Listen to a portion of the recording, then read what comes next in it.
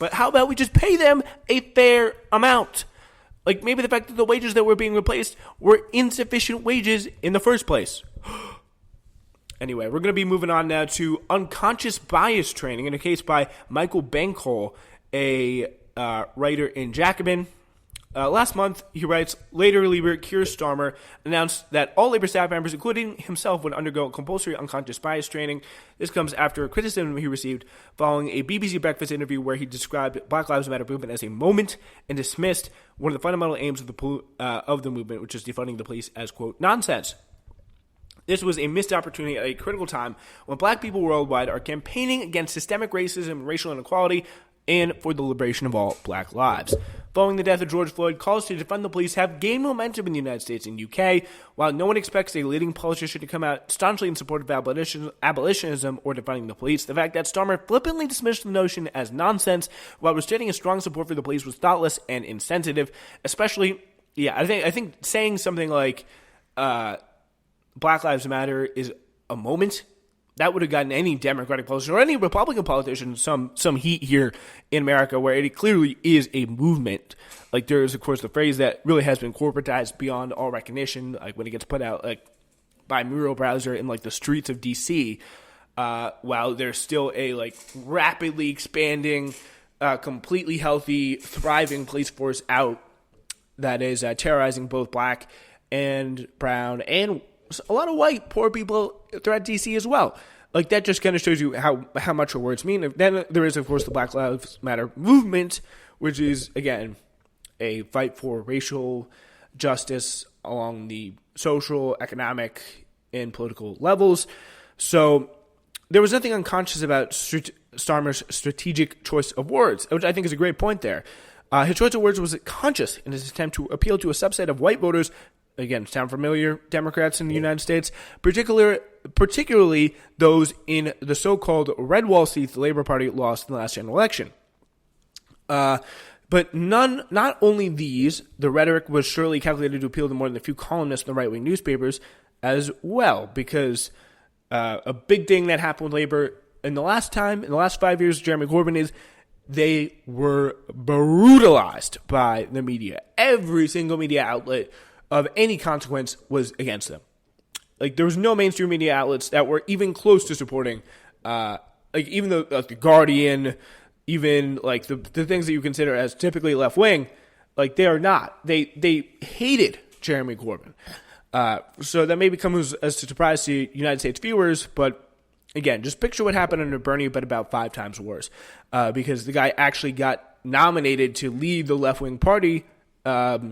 Or elected to lead the left-wing party for 5 years, and was in direct contention to become the most powerful person in Britain. So things really ratcheted up there. But anyway, Starmer could have used this, again, as an opportunity to start a constructive political conversation about police and criminal justice reform. After all, it is the racist nature of the system that provoked calls for reform and abolition in the first place. And this is a view is not something Starmer should be unaware of. Dave Lammy, a member of Starmer's shadow cabinet, indicated in his report, the Lammy Review, that racial biases are prevalent in Britain's criminal justice system. Starmer's dismissal of one of the central aims of the Black Lives Matter movement came just after a few weeks after he posted a picture of himself on Twitter taking a knee allegedly in solidarity with the movement. This points to a wider problem.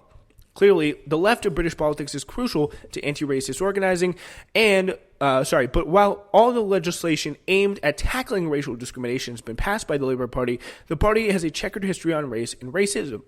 And of course, that is more, it kind of then goes on to talk a little bit more about kind of British politics stuff. But I think it is talking about how really making some interesting points, kind of in a more British context, not really for U.S. viewers, although I don't think there's anything wrong with learning a lot about British politics. I personally love to watch British news. If you're at all interested in watching British news, I highly recommend Tisky Sour, the news show by Navarro Media. It's a podcast. It's a video stream. It's great. And Navarro Media, just subscribe to them if you want to learn about British news from a leftist perspective. But again, it talks about unconscious bias training and It says, the ubiquity of unconscious bias training is also justified by the logic that overt manifestations of racism are a thing of the past due to increasingly progressive social norms. It is argued that subtle, more discrete forms of racism are increasingly prevalent instead. However, the narrow framing of racism and use of unconscious bias training as the fundamental way institutions or organizations seek to address racial justice obscures focus from the procedures and operations in place within those institutions that lead the systemic oppression and racial discrimination. The point pretty much that this author here is trying to make is that, and I think it's a very good one, it's very, very kind of along the lines of the kind of ineffectiveness and just wrong-headedness of tacks taken by popular American books like White Fragility.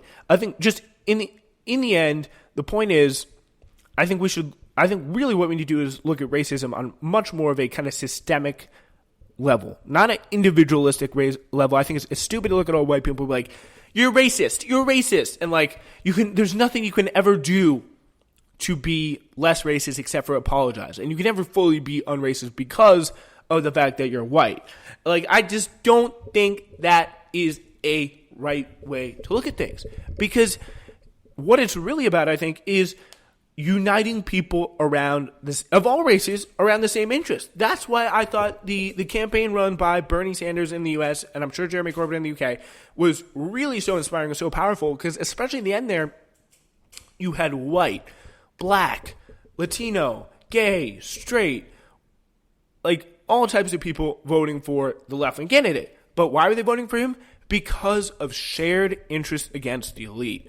And I think there's something really, it's an incredibly hard force to really assemble, but when it's assembled and when it's rocking really on all cylinders, which I don't think something that Bernie Sanders' campaign never got to, it's a very, very powerful force.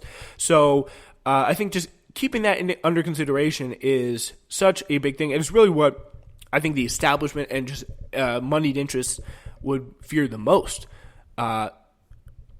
So it writes... he writes, unconscious bias training cannot be blamed either for the disrespect that two police officers showed to the dead bodies of two black women when they chose to take and share selfies with them, in this, again, in the UK, nor can it be blamed by the fact that black people are more likely to be stopped by the police, to have force used against them by police, or to die in police custody in Britain. Fundamentally, unconscious bias is not the reason why. It was not unconscious. The reason why a police officer in the U.S. knelt on the neck of George Floyd for 8 minutes and 46 seconds while watching life slowly ebb from his body with three colleagues of his for standing by and doing nothing. As the government continues to show a belligerent disregard for the lives of black Britons, Starmer and the Labour Party have a duty and obligation to provide effective, active opposition. That's been a big frustration for some people across the pond, that their opposition has not been very active. They should be at the forefront of opposing policies like the hostile environment, but also the less well-known but equally insidious policies that really do lead to racial inequality across all aspects of British life. In attempting to make Labour a party of government again, Starmer must not take for granted the party's black members. Token measures won't do. And this, again, more kind of a thing about Starmer, but a very, very potent, very, very, I think, fair way of looking at things and just not sacrificing really your morals for political gain and your party's positions, party's platforms for political gain. All right. We're going to move now to two stories from YouTube. Let's take a look at the Obamas. They've been starting a podcast. Let's see what they've been up to with that. Here is a pretty fun one. Yeah, get ready because it's going to be fun. Trust me. When I say a video is going to be fun, trust me, I know this video will be very fun. What we have for you today is the Obamas heading up to their podcast. If you've been on Spotify, you probably know the Obamas have started a brand new podcast, and this is really what it seems to be is an excuse for them to kind of just like complain about how deep their struggle has been, and how they are just kind of like the martyrs for everything. This is kind of an example of what I'm talking about right here. This was a kind of big part of the podcast that, as you can see, got shared on Twitter.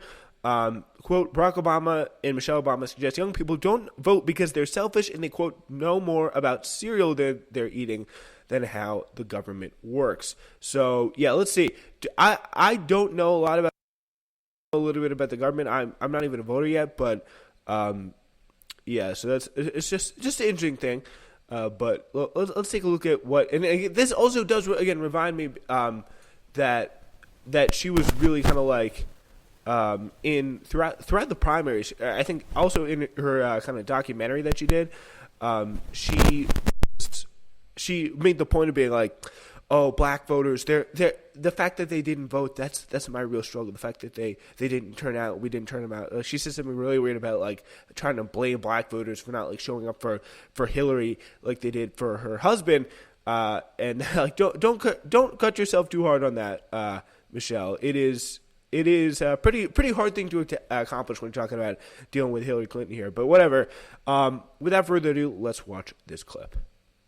The only thing that worries me, and I agree in terms of the hope that I feel when I look at young people, just how they were raised, the values, their exposure, the questions that they have, the change in the economy that's forcing them to ask a certain set of questions. That gives me hope. But the thing that I worry is that I think too many young people who question whether voting, whether politics is worth it. Well, partly because they have been told, the message is sent every day that government doesn't work. I really do find it weird, like the kind of tone that they're taking with this. Like they're almost like, I feel like they're taking the tone of like the elder statesmen, the people who are like they're the leaders of the movement. They're people who are like they can't like help out anymore, but they're really kind of just trying to push people in the right direction. I really do think that's how they and a lot of people see themselves, which is so funny because like they made it clear. They're not about really trying that their policy. The fact that Barack Obama was 8 years in power, he was not really focused on making any change beyond one that could be relatively easily wiped out by one of the most incompetent administrations in U.S. presidential history. Just years and years and really months and days after Trump was elected. So, I mean, when you look at his legacy, when you look at the things that he's done for us to help like move the moment forward and push the fight for rights or whatever, like, I mean, I'm sorry. Like, I just don't get this tone to me of like, oh, the things that we've done for the movement, the things that, and they don't get that. They don't get that government doesn't work anymore. It doesn't make any sense to me. It's just like, we know who you are. Like, we've seen your political record. Like, what is this charade of, oh, we're the strong like leaders of the movement, and these young people, like they're not uncomfortable with politics. I mean, I don't even know. You know, they take for granted all the things that a working government has done in the past. Yeah. And in some ways, we're still living on the investment that was made by that greatest generation. I always joke that, and I said this about... And I think really what's happening, and really the main reason why Hillary Clinton didn't win is because, not really because people love Trump and were so down with everything he was saying. It was through a lot of like cross mobilization or like kind of opposite mobilization of people going to vote for the other person, for one person to stop the other candidate in the 2016 election, but also because a lot of people that were traditionally Democratic based, they did not turn out. They did not want to vote for Hillary Clinton. That was in part because of Hillary Clinton, but also I think in part because the government was not working before that. It was not working under Barack Obama either. And I think that is not all Barack Obama's fault. A lot of that is Mitch McConnell's fault. But when you look at like a guy who's coming in and hoping change, like really just trying to, and really had people convinced that he would be the one to finally deliver that real change and to restore a lot of people's faith in government that they lost, especially in the wake after 9/11, and bring them some economic stability, bring them maybe a little bit more health care, and that, like, stuff like that, that did not happen. That did not happen. And if you want to see what makes people lose faith in government, that is what it is. It's as simple as that right there.